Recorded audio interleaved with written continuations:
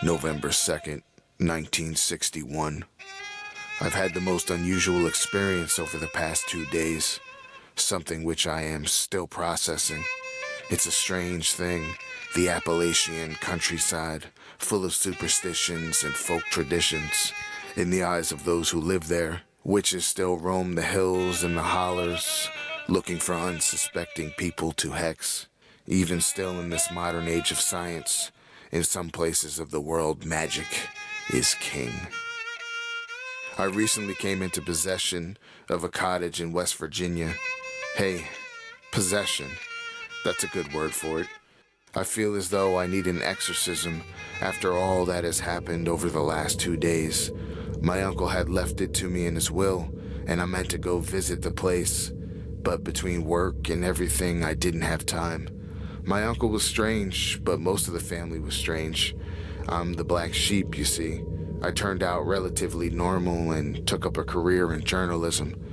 I'm a man of facts, which is why I'm writing this journal, in the hopes that whoever finds it will believe what's written herein. My brother Marty and my wife Janet drove out to Crooked Horn, West Virginia on October 30th. The leaves on the maples had turned to shades of yellow, red, and orange that made this a pleasant drive. The mountain stood glowering over the highway in what could almost be described as a threatening manner, if geological formations could be considered threatening. The area roundabout was populated by agricultural land. Large harvesting machines were at work, bringing in the corn. Sheep, goats, and cattle wandered the hill country, grazing peacefully, and in fields, the ever-present scarecrow stood guard over the crops. I wouldn't find out until later how important those scarecrows were. "What a gorgeous place," said Janet. "We should have had our honeymoon here. Had I only known, we could have saved a ton of money," I said. "Oh, Peter, stop it," said Janet, slapping my arm playfully. "Antigua ain't cheap," said Marty. I could see him grinning in the rearview mirror. As we approached the middle of town, the locals were busy. They seemed to be preparing for some festival. The next day, being Halloween, I assumed we would be at some masquerade party. I wasn't entirely wrong. At the edge of the town stood a dilapidated country church of the type one sees in a little town. In the middle of the village stood a pile of lumber and straw. Folks were still piling wood onto it. "Looks like a bonfire," said Janet. "We should go." "Seems like a good idea to me," said Marty. We stopped at the filling station and country store to fuel up. As we walked in the front door, the customers and staff seemed to eye us with suspicion. "Afternoon," said the clerk. "What brings you to Crooked Horn?" "I inherited the McCormack cottage," I said. The man seemed to wilt like a head of lettuce. "I don't remember old Cyrus having any young guns," said a middle-aged woman nearby. She eyed me with an expression that sent a chill through my bones. She reminded me of one of those witches that one might find in a book of fairy tales. I would only find out later how right I was. "We're his nephews," said my brother. "I see," said the clerk. "We figured we'd at least come out and see what we inherited," I said. "You have such a lovely town," said Janet. "We're looking forward to spending more time here." The clerk looked into her eyes and grinned. "Yes, ma'am," said the clerk. "Nice and quiet town." "I noticed you guys were building a bonfire," Janet continued, gesturing southward. "Are you guys having some sort of party?" "Yes, ma'am," said the clerk. "Have it every year on Halloween." "We'd be delighted to come," said Janet. "We'd be delighted to have you," said the witch. "We'd start about sundown, and we don't quit till midnight," said the clerk. "Sounds like a great time to me," I said. We bought some of the local produce and went back to the car. As we were getting back in, I spied a scarecrow in the field across the road. I swore I saw him move. We arrived at the cottage as the sun was setting. I pulled into the short dirt road to the cottage, which lay nestled between the two hills and surrounded by trees. A stream ran alongside it. The caretaker, Howard, sat on a bench on the front porch, strumming an old guitar. He was a black man, tall and lean, his straw hat tilted to one side. He wore stained overalls, a flannel shirt, and well-worn work boots. He lived in a shanty just down the road and cared for the cottage and the surrounding land when it was not in use. My uncle let him live there for free, and he had the run of the land to fish and hunt as much as he wanted. He smiled broadly as we exited the car. "You must be the McCormick boys," he said, shaking my hand. "I'm Peter, and this is Marty," I replied. "And this is my wife, Janet." "Howdy," said Howard, shaking hands with everyone. "I'll take your bags inside."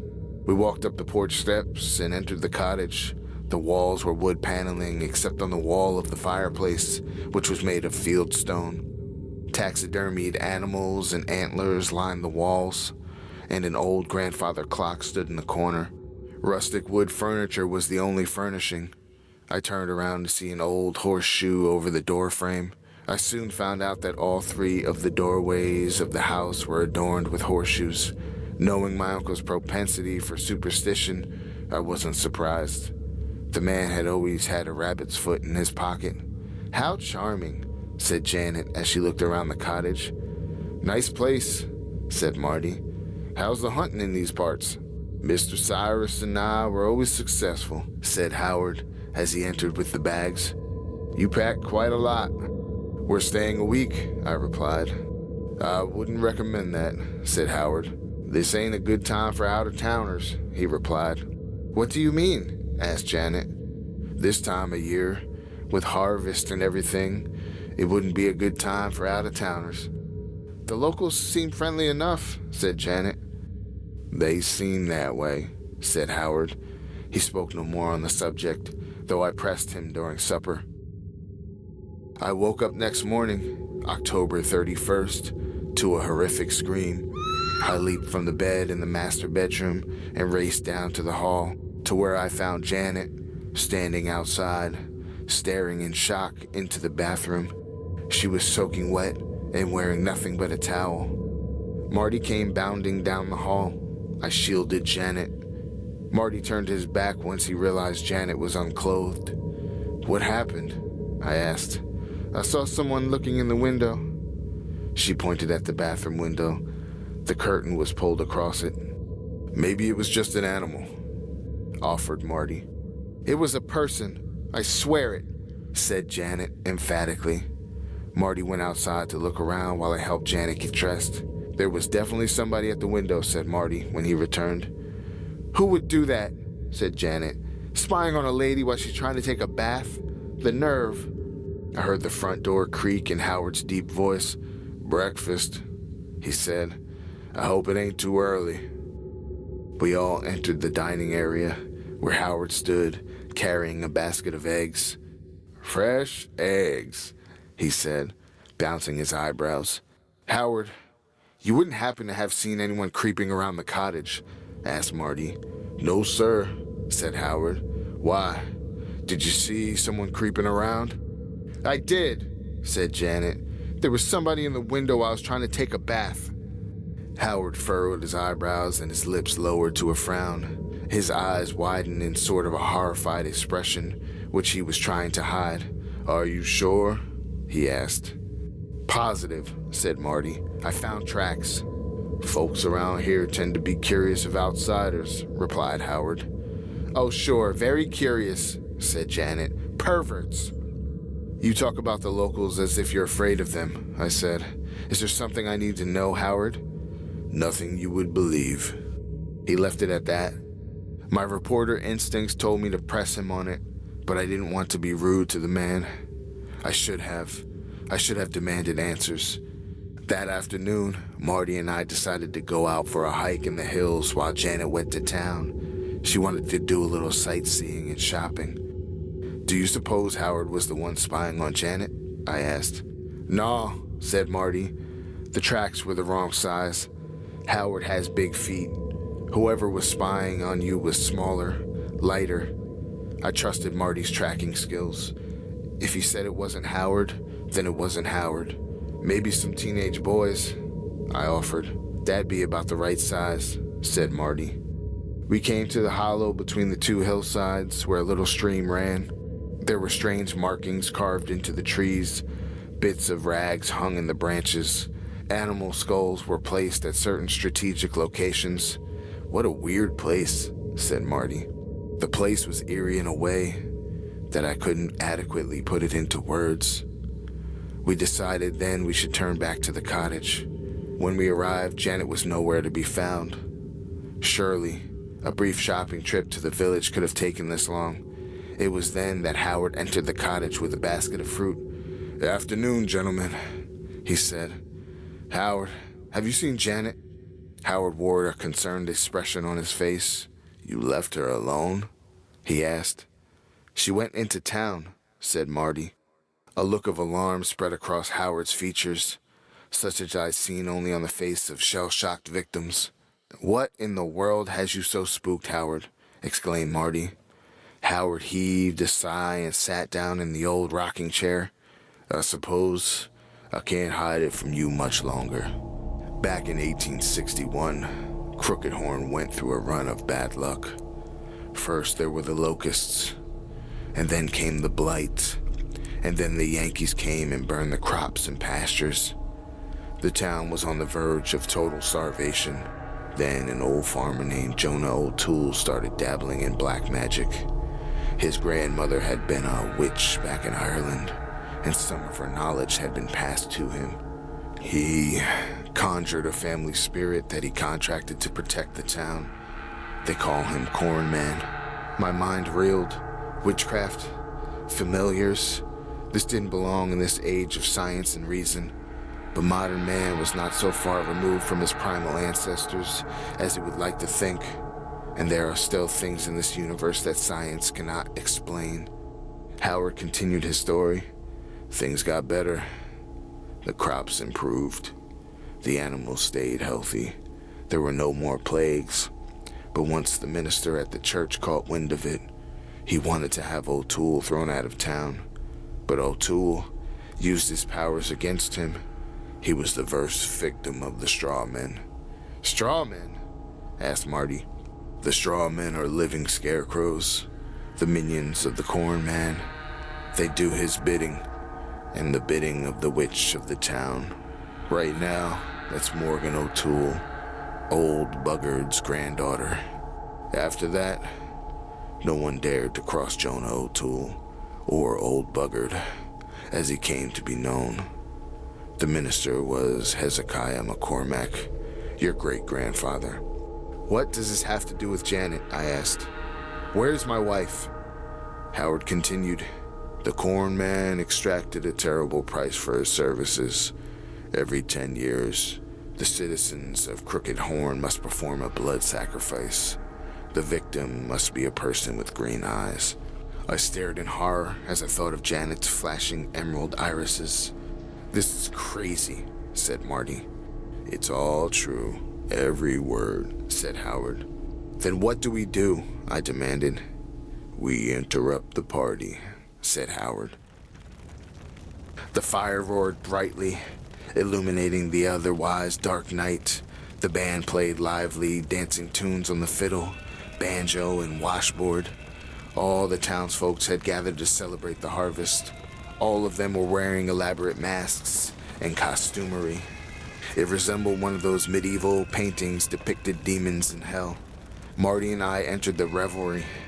We had pistols concealed in our jackets, should it come to violence. We hoped it wouldn't. We split up, looking through the crowd, calling Janet's name.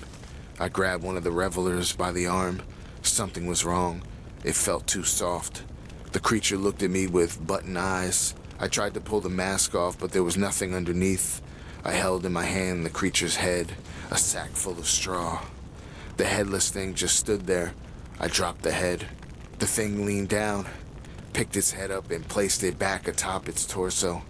To my horror, I realized that a large number of revelers were not human at all. I staggered back, shocked. I heard Marty's voice calling my name over the music and pressed through the throng toward it. There he stood, near the center of the jubilant party, staring in astonishment. There was Janet, wearing a white dress and dancing among the masquerade, if you can call it dancing. She staggered back and forth in a drunken fashion. Clearly they intoxicated her somehow. I lurched forward and took her gently by the arm. "Peter," she said, eyes lighting up. "I'm so glad to see you." She tapped me on the nose with her finger. "We need to get you back to the cottage," I said. "Why?" "Janet, you're drunk," I replied brusquely. "Oh, Peter, don't be such a fuddy-duddy. Have some punch. Enjoy yourself."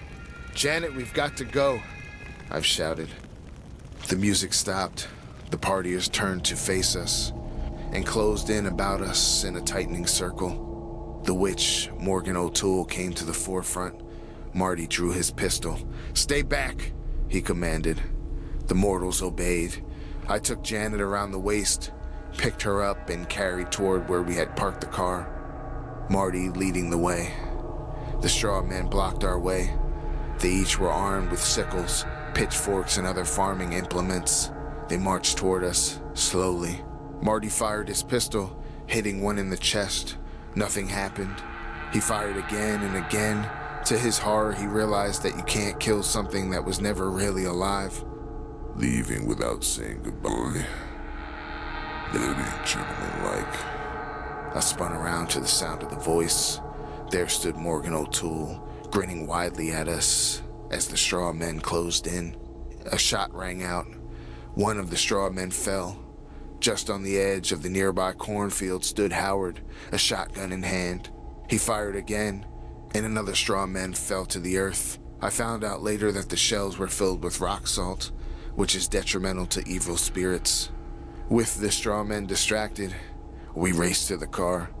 I loaded up the inebriated Janet into the back seat. I looked out the window to see the gruesome circle tightening around us as straw men and masked town folks gathered. Marty was nowhere to be found. Howard could only do so much against so many. We couldn't get out. I thought this was the end. Then Marty came running in. A firebrand was in his hand. He threw it at the straw men, setting them ablaze. Howard was evidently followed by Marty's lead, setting a fire to the ranks of evil beings. The witch screamed. Marty jumped into the passenger side. I floored the gas, and we drove out as fast as we could. 2 days later, I found out that the fire we'd started had ravaged Crooked Horn, leaving little left to salvage. The witch, Morgan O'Toole, had apparently died in the fire.